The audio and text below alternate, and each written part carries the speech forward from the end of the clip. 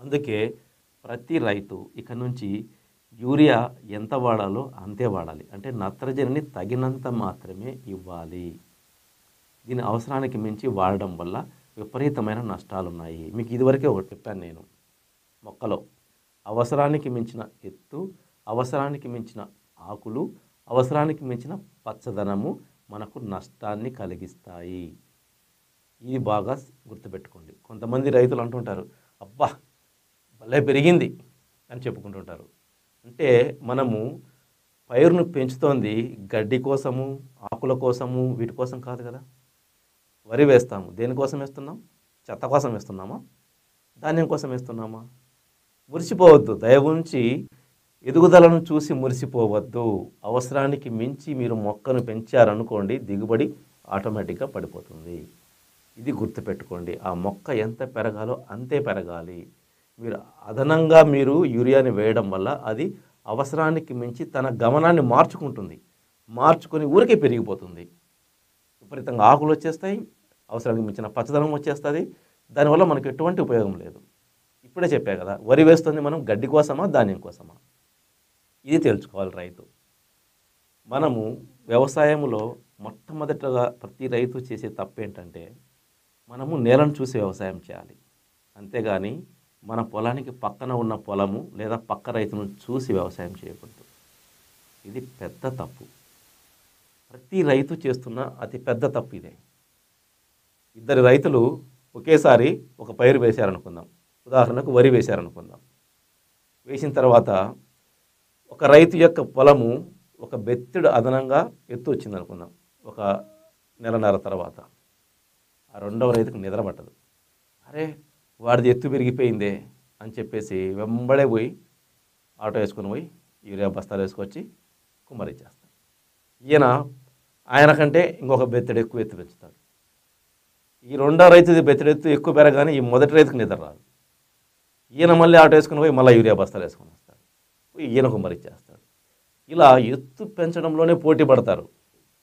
అరే వాడి దానికంటే నాది ఎత్తు ఎక్కువ ఉందని సంబరపడిపోతూ ఉంటావు. ఇది కాదు.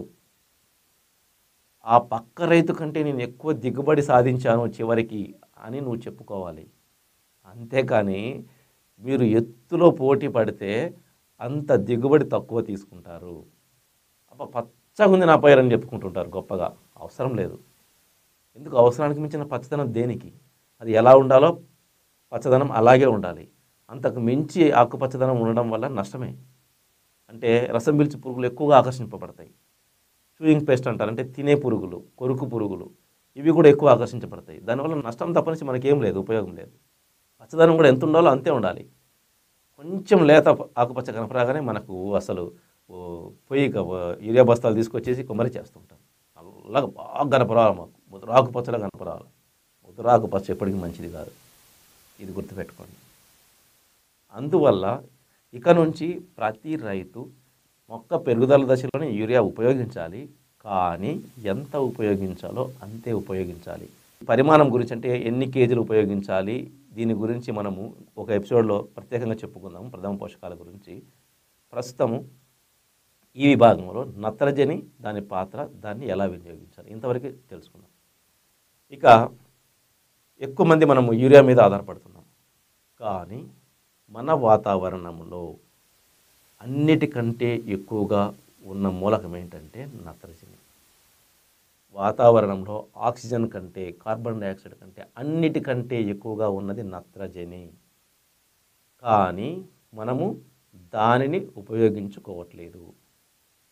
దాన్ని ఎలా వినియోగించుకోవాలి అంటే ఫిక్సేషన్ అంటారు. అంటే ఆ నత్రజనిని గ్రహించి మొక్కకు అందించే ఇంకొక జీవి కావాలి. వాతావరణంలో ఉండే, గాలిలో ఉండే నత్రజనిని గ్రహించి ఆ నత్రజనిని మొక్కకు అందించే ఇంకొక జీవి మనకు కావాలి. మీకు ఇదివరకే చెప్పాను, భూమిలో మొక్క బాహ్య ప్రపంచములో ఎన్నో రకాల జీవన క్రియలు జరుగుతాయి. అవి మొక్కకు అవసరము. ఆ జీవన ప్రక్రియలన్నీ జరిగేది ఈ సూక్ష్మజీవుల వల్ల. అవి మొక్కకు ఉపయోగపడే సూక్ష్మజీవులు.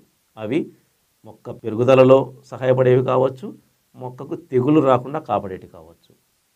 ఇక్కడ నత్రజనిని గాలి నుండి సంగ్రహించి మొక్క వేరు వ్యవస్థకు అందించే సూక్ష్మజీవులు ఉన్నాయి. వాటిని జీవన ఎరువులు అంటారు. అవి